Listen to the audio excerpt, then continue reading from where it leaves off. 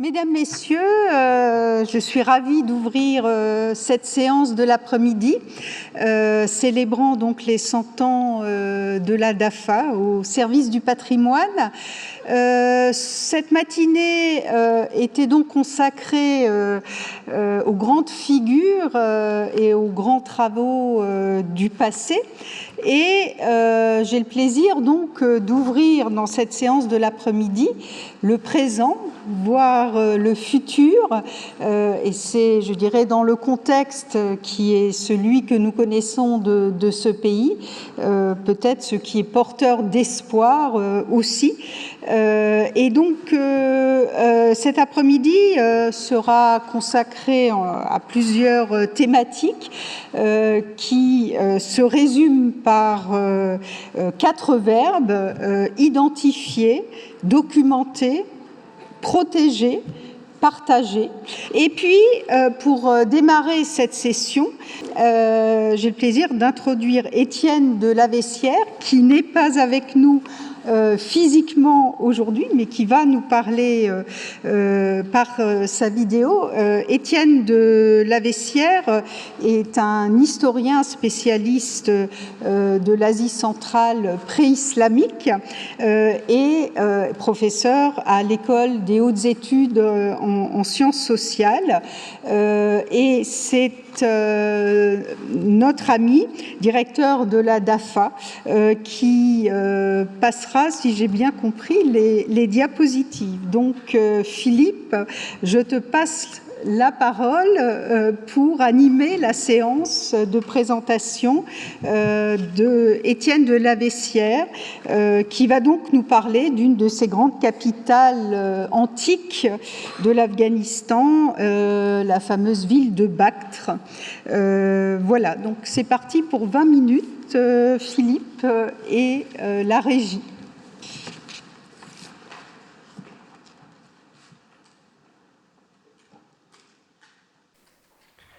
Bonjour, merci de m'avoir invité à participer à ce colloque sur le centenaire de la DAFA.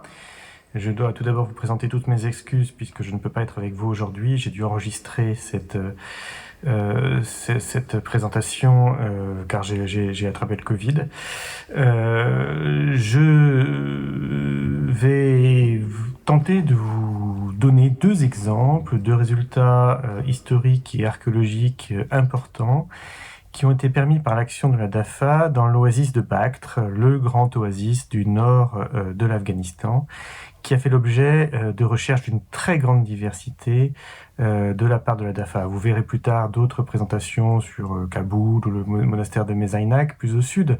Mais à Bactre, il faut quand même insister sur la grande ampleur des travaux de la DAFA depuis l'époque achéménide, au Balaïssa, à la citadelle de la vieille ville, ou à Chechmé-Chafa, la nouvelle ville qui a été découverte en amont sur la rivière, l'époque grecque avec les premiers niveaux grecs enfin atteints, l'époque Kouchane au 1er, 2e, 3e siècle de notre ère, l'époque musulmane avec la mosquée d'Adjipiada, les travaux sur la carte archéologique, les travaux sur les remparts de Bactre, les travaux sur les prospections très nombreuses. Bactre était véritablement un point majeur de l'action de la DAFA et je vais donc tenter de vous présenter les recherches auxquelles j'ai été directement associé. Diapo suivante. Bactre est, comme vous le voyez sur ces photos satellites, un cône alluvial presque parfait, à l'exception du cône secondaire d'Aksha à l'ouest. Diapo suivante. Sur cette image dessinée par Philippe Marquis, vous voyez que le réseau d'irrigation de tout l'oasis dépend d'une seule source d'eau au sud, la Balkab, la seule source de l'eau de toute l'oasis, et un oasis donc dépendant entièrement de l'irrigation. Diapo suivante. Durant le Haut Moyen-Âge et l'Antiquité, la configuration de l'oasis était néanmoins assez différente. Vous voyez le cône d'Aksha dans ce dessin, le cône d'Aksha n'est plus là, et la rivière, au lieu de couler vers l'ouest, comme elle le fait actuellement, coule vers le nord. Le bras principal de la rivière passe au sud de la ville de Bactre, le Carré Rouge, sur les terres du grand monastère, le Nobar, le grand monastère bouddhique qui occupe la porte sud de la ville et irrigue les régions au nord-est qui depuis ont été en partie désertifiées. Et enfin au nord, vous voyez sur ce dessin représentés les restes du grand mur qui entourait tout l'oasis. Ce n'est pas du tout une caractéristique limitée au monde chinois. Tous les grands oasis d'Asie centrale ont des grands murs qui les entouraient, que ce soit, il y avait un grand mur qui allait de Samarcande à Bukhara, par exemple, un mur entourant l'oasis de Merv, et ici le mur entourant l'oasis de Bactre. Diapo suivante. Donc sur cette image, on voit le basculement vers l'ouest de l'oasis, le Kundaksha, tandis que les régions au nord-est ont été en partie désertifiées. Tout ceci à la suite de l'action des Mongols qui ont détruit le réseau d'irrigation au XIIIe siècle et conduit à une modification du cours de la Balkab. Diapo suivante. Je vais vous parler tout d'abord d'une région située tout au nord de l'oasis, à la périphérie du désert. Le désert, c'est ce que vous voyez représenté en grisé sur la photo. Droit au nord, donc à une trentaine de kilomètres, donc à la périphérie de l'oasis, et à une trentaine de kilomètres de la Moudaria que vous voyez ici serpenter au nord du désert. Diapo suivante. Sur cette carte soviétique, vous voyez le village au sud, et le village dans lequel il y a un grand minaret seldjoukide, dont je ne vais pas parler, mais vous voyez surtout au centre de la carte une très grande forteresse de 6 hectares, encore debout, des murs qui font plus de 20 mètres de haut, et au nord, un grand mur rectiligne qui fait un angle juste à la lisière du désert. Le désert est représenté en orangé, qui marque donc la limite fortifiée de l'oasis de Bactre. Diapo suivante. Voilà ce qui reste de ce mur, une des séries de grands chicots, certains faisant plus de 4 mètres de haut. Diapo suivante. Vous en voyez ici l'alignement rectiligne, donc que l'on peut suivre de manière tout à fait régulière sur plus de 4 km. Diapo suivante. Je suis parti, en fait, avant de venir à Bactre, j'étais à Paris sur mon ordinateur, je suis parti de cette image, avant d'avoir la chance de pouvoir le vérifier sur place avec la DAFA. Regardez bien cette image. Regardez-la. Je suis sûr que vous voyez qu'il y a quelque chose d'étrange. Il y a quelque chose... Vous voyez ce que j'ai vu. Diapo suivante. Tout est à la fois orthogonal et symétrique dans cette image. Regardez le parcellaire, le dessin des parcelles des zones adjacentes. Ce parcellaire est parfaitement irrégulier, chaotique, il n'y a pas de principe organisateur. En revanche, dans la partie que j'ai ici délimitée par ce carré rouge, on voit d'une part que tout le parcellaire est orthogonal. Regardez le dessin soit des limites de champ, soit des limites des canaux d'irrigation. Vous voyez qu'ils se croisent tous à angle droit, ils sont tous parallèles, dans un espace strictement défini. Au sud, par exemple, ces parallélismes s'interrompent, au-delà du carré rouge, mais à l'intérieur de ce carré rouge, on a ces parallélismes et cette orthogonalité complète. De plus, cet espace est entièrement centré sur la citadelle centrale. Le réseau orthogonal des canaux et des chemins crée un espace centré sur la citadelle. Le mur conservé au nord crée également un espace centré sur la citadelle, car il est conservé de manière parfaitement symétrique par rapport à la citadelle. Ce que je propose donc, diapo suivante, c'est de reconstituer un espace, un gigantesque camp fortifié, dont vous voyez les parties reconstituées en pointillé sur cette image, avec au centre la citadelle de 6 hectares, à l'est et à l'ouest 2 entrées, dont l'une est partiellement conservée, à l'ouest, au nord donc le mur entièrement conservé, et au sud, par le simple prolongement et le simple dessin des parties orthogonales du parcellaire, l'ensemble, compléter ce carré parfait vers le sud, dans des zones qui ont disparu en raison de crues de la Balkab. Dans ces régions, il y a quelques chenaux de la Balkab qui arrivent juste là. Photo suivante. Voici donc le schéma global d'organisation où j'ai situé donc ce camp fortifié par rapport au mur de l'Oasis, qui est ici représenté en orangé et qui est sans doute postérieur. C'est un des résultats de nos travaux. Il est sans doute du IIIe siècle de notre ère. Je ne vais pas en parler davantage, mais il est à peu près certain que l'ensemble fortifié de Zadiane est antérieur à ce mur. Pour une raison tout à fait précise. Diapo suivante. Historiquement, le grand point de passage de la Moudaria est la ville de Termez, un grand site bouddhique qui a été fouillé par des équipes françaises. Et vous voyez en orange la route directe qui va de Bactre à Termez, qui est toujours une route très fréquentée. Zadiane est à l'écart de cette route. Zadiane ne contrôle pas cette route, à plus de 20 km du point de passage de cette route, et donc ne sert à rien pour contrôler cette route. Diapo suivante. Mais, à l'époque ancienne, jusqu'au IIe siècle de notre ère, Termez n'était que l'un des points de franchissement. Il y en avait un autre, d'époque grecque, utilisé jusqu'au milieu du IIe siècle, il est bien daté par des monnaies, donc de l'époque Kouchane, qui s'appelait Campir Tepe, sur la rive droite de la Mourdaria, en aval de Termez. Diapo suivante.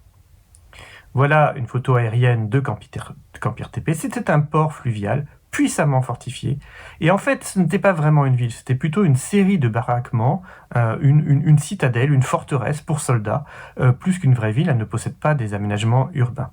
Et elle est abandonnée donc en 150 d'après les monnaies, sans doute en raison d'une modification du cours de la Moudaria. Diapo suivante. Zadiane se trouve exactement sur la route menant de Bactre à Campir Tepe. En d'autres termes, Campir Tepe et Zadiane fonctionnent ensemble. On ne peut pas expliquer Zadiane si Campir Tepe n'existe pas. On ne peut pas expliquer Zadiane si la route principale va vers Termez. Zadiane s'explique à un moment où Campir Tepe est le point de franchissement majeur de la Moudaria. Et donc, Zadiane est antérieur à 150 de notre ère, puisque c'est le moment où Campir Tepe disparaît. Il n'y a pas, d'autre part, de céramique grecque à Zadiane, d'après les prospections que nous avons pu faire sur le terrain. Diapo suivante. Cela nous laisse donc un intervalle d'environ 2 siècles aux alentours de notre ère, de part et d'autre de notre ère, pour la création de Zadiane. 1er siècle avant, 1er siècle après. Or, il y a d'autres ensembles fortifiés. Je viens de parler de Campir Tepe, mais il y a un 3e ensemble fortifié, les fortes de fer, fouillées par notre collègue Claude Rapin au nord. Les fortes de fer, puis Campir Tepe, puis Zadiane, apparaissent donc comme un système militaire de défense en profondeur, une série de verrous successifs qui barrent l'entrée de l'Empire couchant, de ce qui va bientôt devenir l'Empire couchant, face à des raids venus du nord, ses adversaires venus du nord, c'est-à-dire le royaume semi-nomade du Kangkyu, qui au départ est sur le Sirdaria, mais qui petit à petit descend vers le sud, conquiert les villes de Sogdiane et menace l'Empire couchant par le nord. Je crois qu'on peut expliquer Zadiane, ce gigantesque camp fortifié, comme étant le dernier point d'arrêt à l'entrée de l'oasis de Bactre, protégeant le cœur de l'Empire couchant. Diapo suivante. Ce raisonnement a été fait entièrement sur la base des prospections sur place, des photos aériennes et du raisonnement historique. Il a été entièrement confirmé par les dates au carbone 14 que nous avons pu obtenir grâce à des prélèvements sur place, qui ont donné pour la strate la plus ancienne du mur nord, une date allant de 92 avant notre ère à 76 de notre ère, avec une probabilité de 92%. Donc le raisonnement historique et l'analyse scientifique concordent parfaitement. Diapo suivante. Mais, un dernier point, il faut noter que les couchants eux-mêmes, leurs ancêtres, qui s'appelaient les Yuezha, venaient du nord. Ils avaient passé quelques décennies en Sogdiane avant d'arriver en Bactriane et d'y créer leur empire. Or, en Sogdiane, dans l'Ouzbékistan actuel, près de l'oasis de Karchi, on a un monument extrêmement mal conservé malheureusement, mais qui possède un plan exactement similaire à celui de Zadiane. C'est Kalaïzari Maron, près de l'actuel Karchi, qui est daté du second siècle ou du 1er siècle avant notre ère, un peu donc antérieur à Zadiane, à un moment où les couchants sans doute, contrôle la région. J'y vois là un antécédent du modèle de beaucoup plus grand format, de beaucoup plus grande dimension, que les couchants vont ensuite développer à Zadiane, avec des murs à Kalaïzaki et Mahon de 1,5 km de long, tandis qu'à Zadiane, ils font 4 km de long. Nous avons donc découvert le plus grand camp fortifié du monde antique, établi par les Couchants, pour prémunir le cœur bactrien de leur empire des attaques venues du nord. Diapo suivante. Sans transition aucune, je passe à la deuxième découverte importante. Nous sommes ici au cœur de l'oasis, avec la vieille ville ronde de Bactre achéménide, une partie des remparts, et au sud, près du carrefour des routes, encore visible, le grand stupa du Nobar, le plus important monastère bouddhique d'Asie centrale. Diapo suivante. Vous voyez ici mieux, en agrandissant, la boule ronde à l'ouest du carrefour, qui correspond à ce stupa.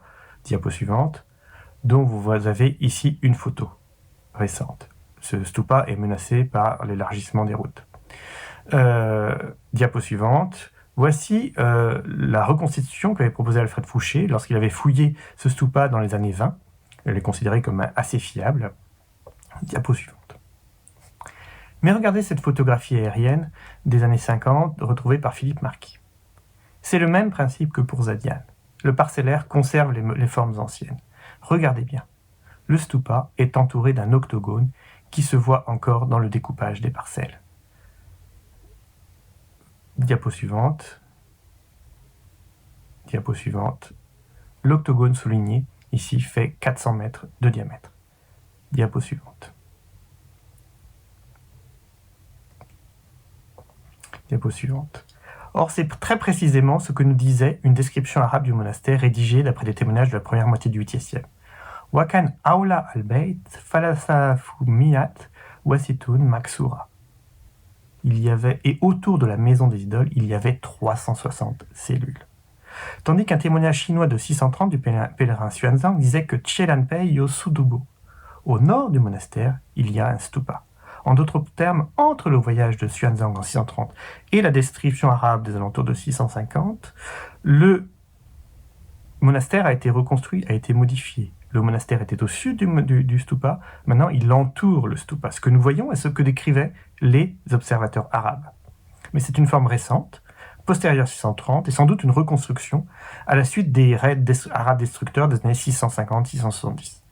Donc pour moi, cette description arabe et ce que nous voyons dans le parcellaire, cet octogone entourant le stupa, correspond à un grand monastère gigantesque, 400 mètres de diamètre, reconstruit dans les années 670 autour du stupa de Bactre. Diapo suivante. Alors on possède des parallèles à de telles dispositions, de telles organisations architecturales. Ici au nord-est de l'Inde, où 180 cellules entourent le stupa, mais sur un plan carré. Diapo suivante. On peut donc reconstituer le plan suivant, avec ici les 360 cellules sur un seul étage. Bon, on pourra en mettre 2 fois moins et 2 étages, ce serait peut-être plus pratique. Mais il faut souligner qu'il s'agit surtout d'une branche du bouddhisme, une branche de l'architecture bouddhique, qui a totalement disparu. Il n'y a pas de parallèle direct de monastères octogonaux dans le bouddhisme tel que nous le connaissons. Mais une branche entière du bouddhisme a disparu. Le bouddhisme iranien, extrêmement riche durant cette période tardive, juste avant les conquêtes musulmanes. Il est probable, on pense en effet, qu'au 7e siècle, les maîtres du Nobar contrôlaient tout l'oasis de Bactre. Plus aucun roi n'est jamais cité dans aucune source de cette période à propos de l'oasis de Bactre, qui est pourtant le plus grand de tout le nord de l'Afghanistan. Plus aucune monnaie n'y est frappée.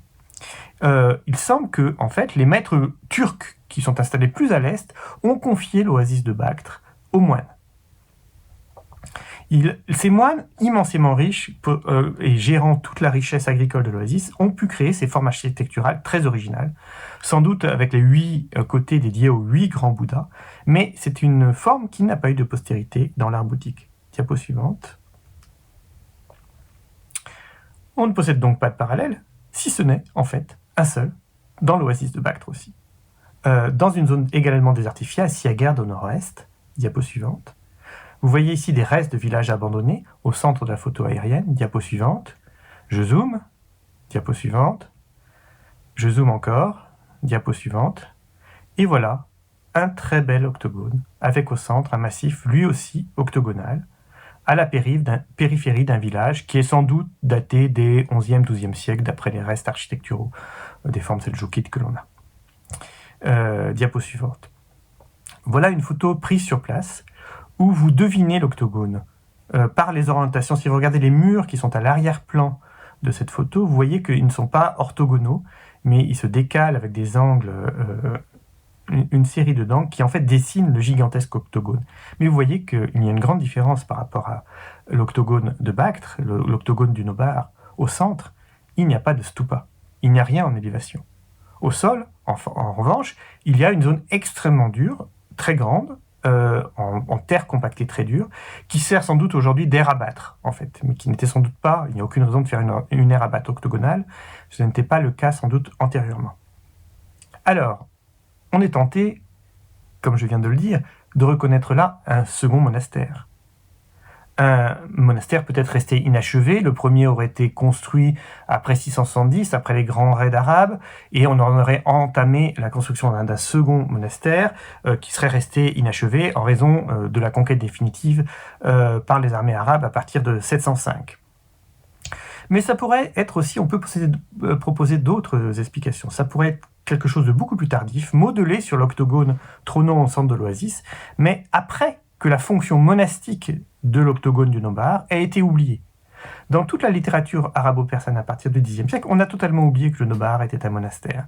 On dit que c'était un palais.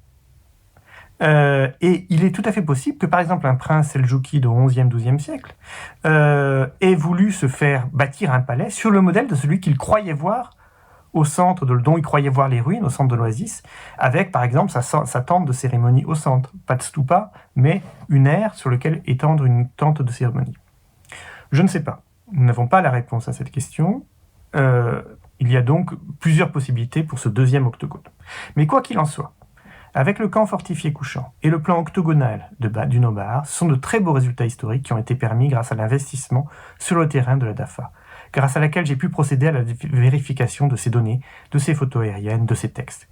Qu'il me soit ici permis de remercier publiquement Philippe Marquis, qui le premier a remarqué l'octogone du Nobar et m'a accompagné dans ses aventures intellectuelles et de terrain. Mais aussi Roland Bézenval, Julio Bendezu Sarmiento et Nicolas Angel, pour m'avoir également accompagné sur le terrain dans des conditions parfois difficiles, afin que je puisse faire mon travail d'historien. Je vous remercie.